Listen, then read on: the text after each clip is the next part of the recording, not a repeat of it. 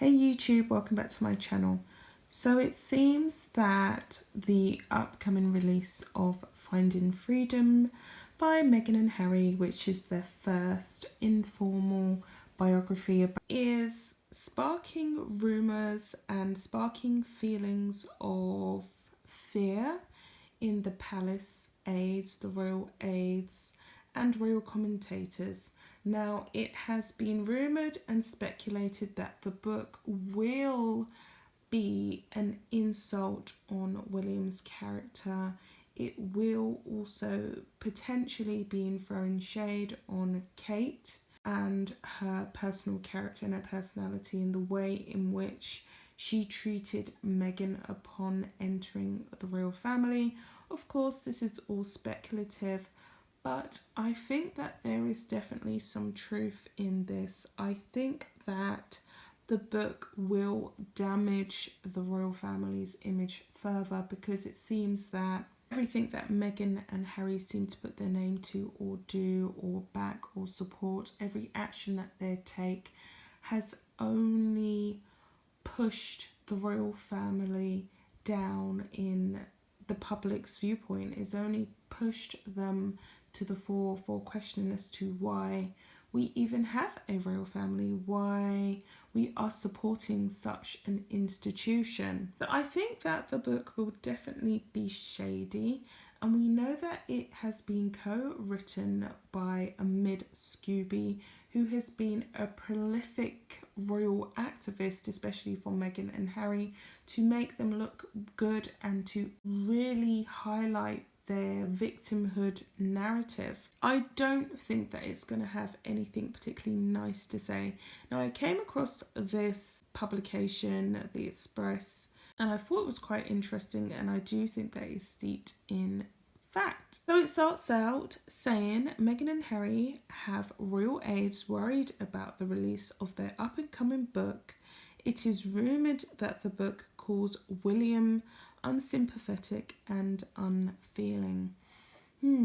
Unsympathetic. I think that what the book pretty much is going to come off as is that William pretty much could see straight through Meghan and Harry's pretense, especially Meghan's, knew what was going on, and we know that Harry was left on his own to settle the finer details of their contractual breaking up from the royal family.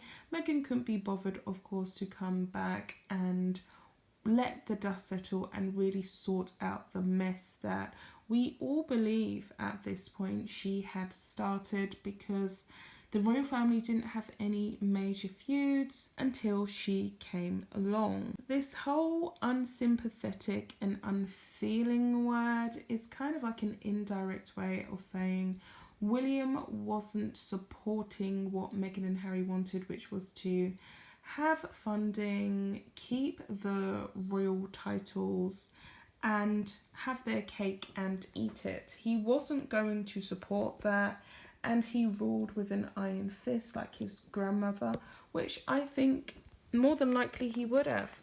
Why would he allow Meghan and Harry to destroy his legacy, his birthright? Kate is going to be queen consort and he is going to be king one day. Why would he allow Meghan and Harry to run around as senior members of the royal family and destroy his future and his children's future, Charlotte's future, George's future? He wouldn't.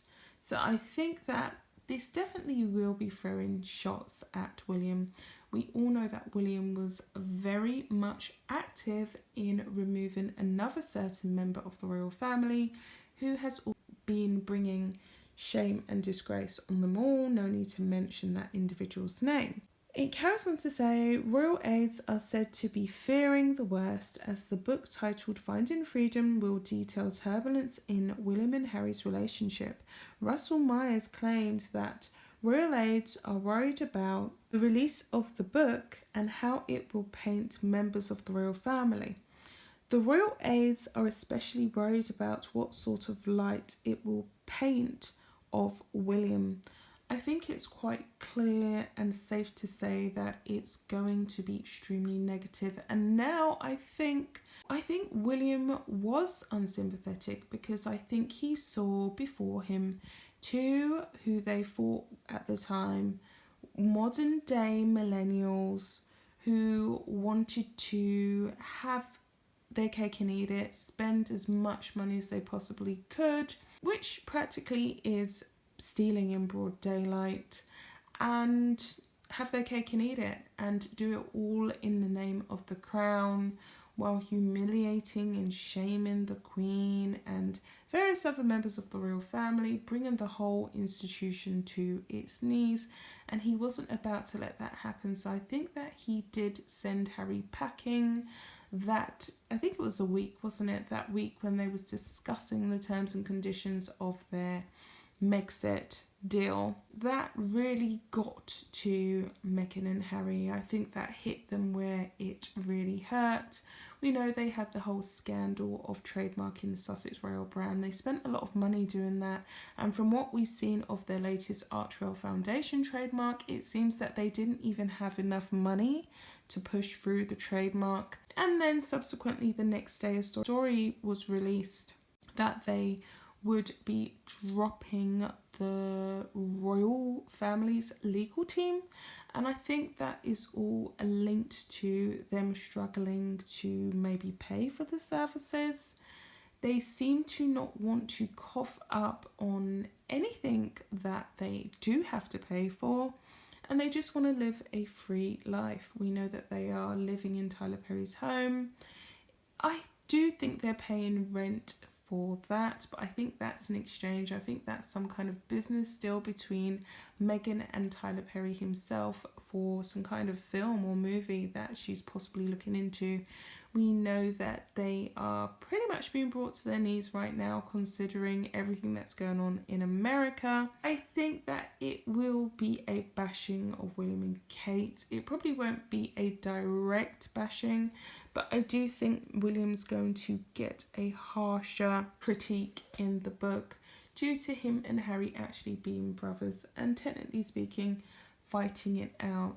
Now, a lot of commentators do say, generally, when I read these publications and these press releases about Meghan and Harry, that Harry was always jealous of William, and I do think that that is definitely a key factor that is going to play out in this book. I think we're all going to see it.